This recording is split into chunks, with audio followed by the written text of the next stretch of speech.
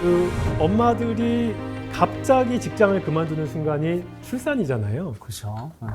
그런데 만약에 그 출산 후 얼마 정도 시간이 지나서 다시 직장으로 돌아올 수 있다면 굉장히 좋잖아요. 그렇죠? 네.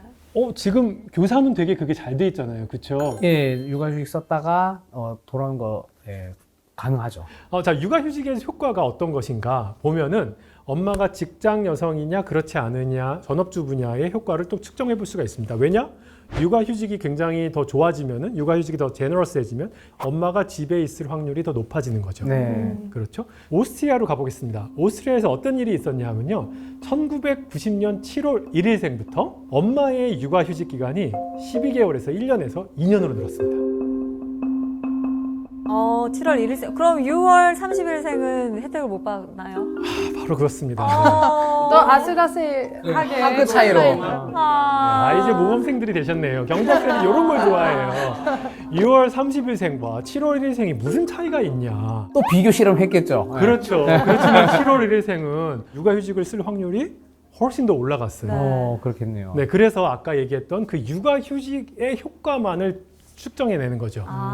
다른 건 다 비슷해요. 6월 30일생이나 7월 1일생이나. 그렇죠. 그런데 그 제도 때문에 엄마가 집에 있을 확률이 굉장히 달라졌습니다.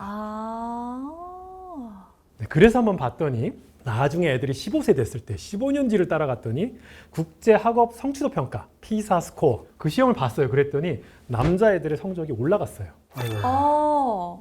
근데 여자애들은 변화가 없었습니다. 여자는 또 딱히 변화가 없네요. 네네. 여자애들은 알아서 잘하니까. 그만큼 남자애들이 케어에 더 영향을 받는다는 거네요. 그랬던 것이죠. 네. 그리고 굉장히 또 흥미로운 거는요. 대졸 엄마였을 때는요. 자녀의 성적이 또 상승했는데요. 대학교를 졸업한. 고졸 엄마는 하락했어요. 오히려. 같이 보내는 시간이 많아지면 더 하락했어요? 네. 고졸 엄마는요. 똑똑한 엄마랑 함께 오래 있는 게 더 좋다는 말인가요? 그런 거거든요. 좀 슬프긴 하죠. 그런데 엄마의 양육의 질이 또 굉장히 중요하다. 아까 뭐랑 대비하는 거예요? 어린이집이랑 대비하는 거잖아요. 상대적으로 모두 다 그런 건 아니지만 대졸 엄마가 고졸 엄마보다는 양육의 질이 좀 아무래도 좋잖아요. 그렇다 보니까 어린이집 간 거보다 대졸 엄마는 오히려 더 좋은 결과를 얻었지만 고졸 엄마는 그렇지 않았더라. 이야. 네, 좀 씁쓸한 비슷한 결과 또 한 번 보겠습니다. 노르웨이를 이번에 한번 날아가 볼게요. 노르웨이는요 1977년 7월 1일생부터 육아휴직이 4개월이 늘었습니다. 엄마가 집에 더 많이 있었겠죠? 그랬더니 고등학교 중퇴율이 감소하고 30세 됐을 때 소득이 증가했습니다. 그래서 육아휴직이 굉장히 아이들한테 그래도 긍정적인 효과를 낳죠. 근데 왜 그런지 생각해 보면요. 육아휴직은 내가 정하는 거예요. 쓸지 안 쓸지. 쓸지 안 쓸지 얼마나 쓸지 내가 정하잖아요. 우리 자식은 내가 또 굉장히 잘 알거든요. 내 자식을 가장 잘 아는 거는 24시간 보고 있는 부모가 제일 잘 알고 그 부모가 다른 사람들의 조언과 전문가들의 조언을 받아서 가장 좋은 결정을 할 수 있고 나라는 그 결정을 최대한 도와줘야 되는 거죠.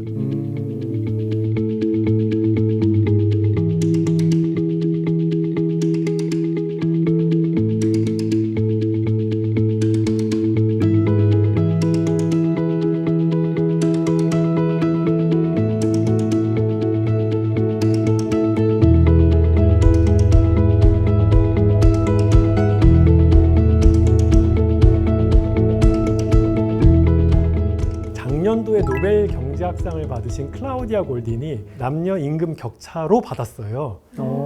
여성의 육아휴직이 남녀 임금 격차의 원인이기도 합니다. 그럴 수밖에 없겠네요. 쉬다가 나가니까. 쉬다가 나가니까요. 한 2년, 3년 그 커리어 공백이 생기잖아요. 하지만 그럼에도 불구하고요. 아예 직장을 그만둬서 오랫동안 그 노동시장에서 나가는 것보다는 그거보다는 훨씬 낫죠. 그렇죠. 네, 그렇죠. 하지만 주로 여성이 많이 쓰는 상황에서 육아휴직이 길어지면 길어질수록 여성의 임금이 줄어드는 것은 사실입니다. 그러면 사실은 제일 좋은 거는요. 아빠도 육아휴직을 쓸 수 있게끔 하면 어떨까요? 부모님은 2명이라고요. 맞습니다. 네. 맞아요. 우리나라는요 선진국이에요. 그래서 아빠, 엄마 동시에 쓰는 거를요 굉장히 장려합니다. 정책적으로는 그렇습니다. 그렇죠. 저는 남자와 여성의 육아휴직을 약간 강제하자. 좋다. 네. 무조건 해. 네. 3개월은 무조건 해. 쉬어. 네. 그러니까 아니, 예를 들어서 1년은 모르겠지만 3개월은 그냥 뭐 나오지 마 하는 것도 저는 괜찮다고 생각합니다. 왜냐하면요, 이렇게 막 신청하는데 굉장히 눈치 보이잖아요. 그러니까 그게 아니라 내가 회사를 나오려면 신청해야 돼. 약간 이런 구조로 만드는 거죠. 그래서 남자든 여자든 똑같이 야, 아기 낳았어? 어유 3개월? 안녕? 그 다음에 오는 거는 오케이. 이렇게 만들면요. 자, 육아휴직을 했을 때 그러면 남자랑 여자랑 똑같이 육아휴직을 한다 그러면 아까 말했던 남녀 임금 격차에 그 육아휴직이 부정적인 영향을 주는 것도 극복할 수가 있고요. 그렇죠. 남자들 육아로 넘어갈 텐데 남자들 육아도 사실은요. 경험해봐야지 알거든요. 해봐야 한다. 경험해 보셨잖아요. 네, 근데 되게 저희 애를 경험한다고 했는데요. 네. 반만 경험해서요. 육아 능력이 떨어져서 아내한테 굉장히 많이 욕먹었습니다. 네, 많은 우리 아버지 분들이 네. 같은 감정을 느끼셨을 것 같아요. 맞아요. 네. 그래서 저는요, 제가 과연 육아를 열심히 하는 게 도움이 되나 안 되나 굉장히 의문을 가지고 있었는데요. 그거에 대해서 그래서 한번 연구를 소개를 좀 해보려고 합니다. 정말 별의별 연구가 다 있군요. 네, 우리나라가 사실 진짜 남자 육아휴직 아까 얘기했는데요. 남자 육아휴직이 굉장히 많이 늘었어요. 2017년에요. 12,000명이었거든요. 근데 2020년에 27,000명이 됐어요. 오, 많이. 그 3년 만에 몇 배가 됐어요? 2배도 넘어버렸어요. 그렇네요. 지금 2023년까지 하면 더 많이 늘겠죠? 네. 흥미로운 거는요. 2021년도에 양성평등 실태 조사를 한 게 있습니다. 직장 생활을 하더라도 자녀에 대한 돌봄의 1차적인 책임은 여성에게 있다. 이거에 동의하는 비율이요. 2016년에는요. 반을 넘었어요. 53%. 근데 2021년도에는요. 17%로 줄었어요. 확 바뀌었네요. 그 인식이 굉장히 많이 바뀌었습니다. 지금 속으로는 이거에 동의하지 않더라도 밖으로 나 여자가 봐야지 이러면 혼나는 사회가 됐어요, 사실. 맞아요. 그래서 사람들이 마음은 많이 바뀌었어요.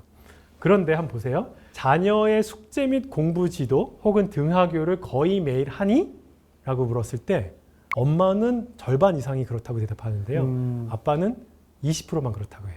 야, 인식은 많이 바뀌었어도. 예전에 네. 엄마가 더 많이.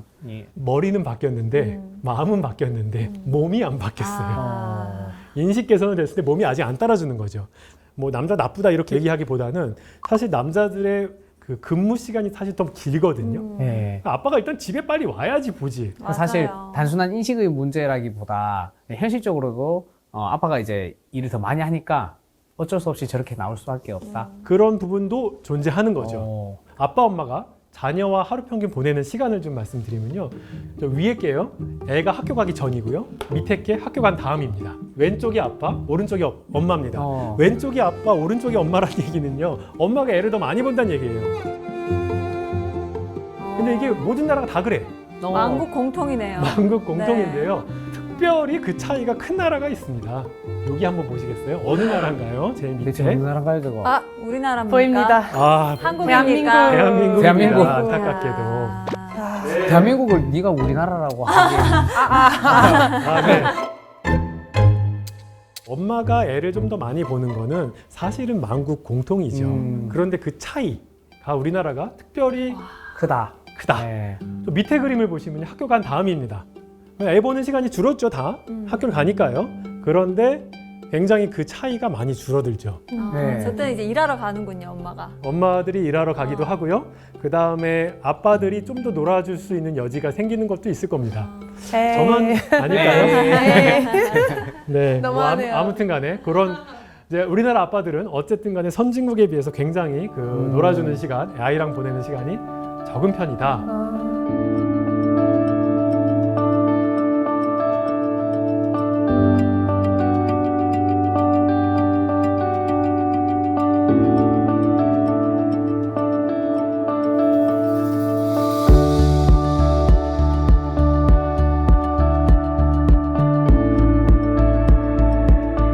좋다.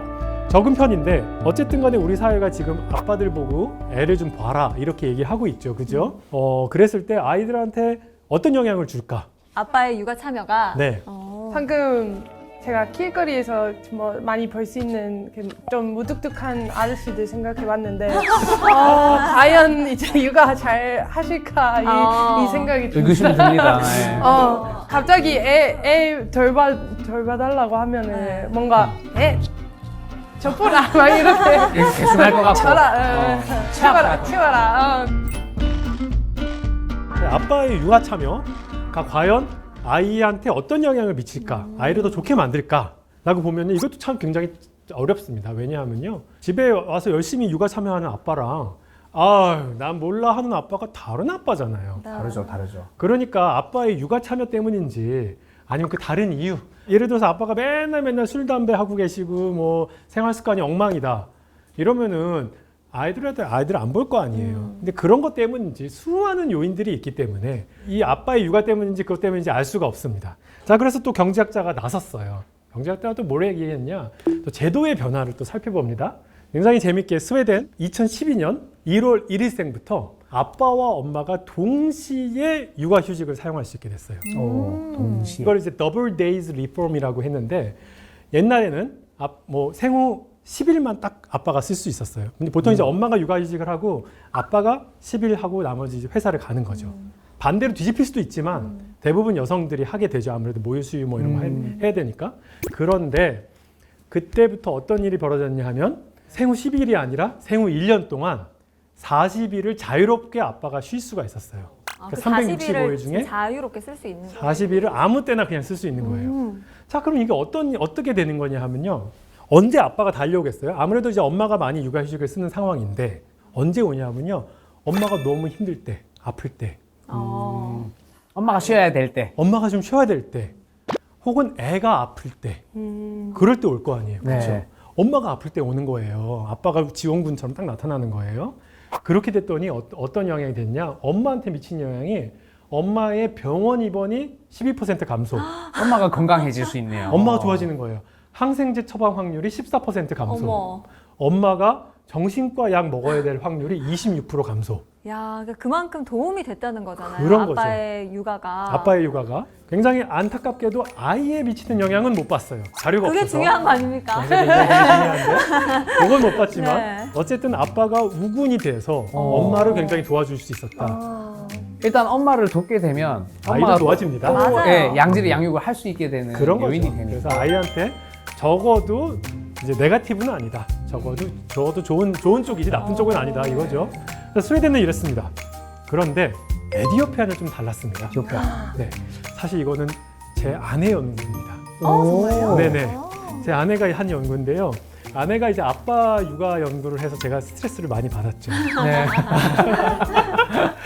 근데 연구 결과를 보시면은 네. 아내가 갑자기 저한테 굉장히 제너러스해졌습니다. 굉장히 관대해졌거든요. 야, 못하면 안 해도 돼. 연구 결과가 어땠길래요? 연구가 어땠길래 네. 그런 아내의 태도가 바뀌었는지 한번 네. 살펴보겠습니다. 에티오피아에 가서 실험을 하는데요. 아이들을 잘 먹이는 연구를 하는 거예요. 잘 먹이는 연구. 네네. 에티오피아에 기아가 굉장히 많고요. 네. 발육 부전이 많아서요. 애들의 키가 성장이 안 하는 거예요. 제 아내는요, 요 기아 문제 혹은 아이들 발육 부진 뭐 이런 거 연구하는 학자예요.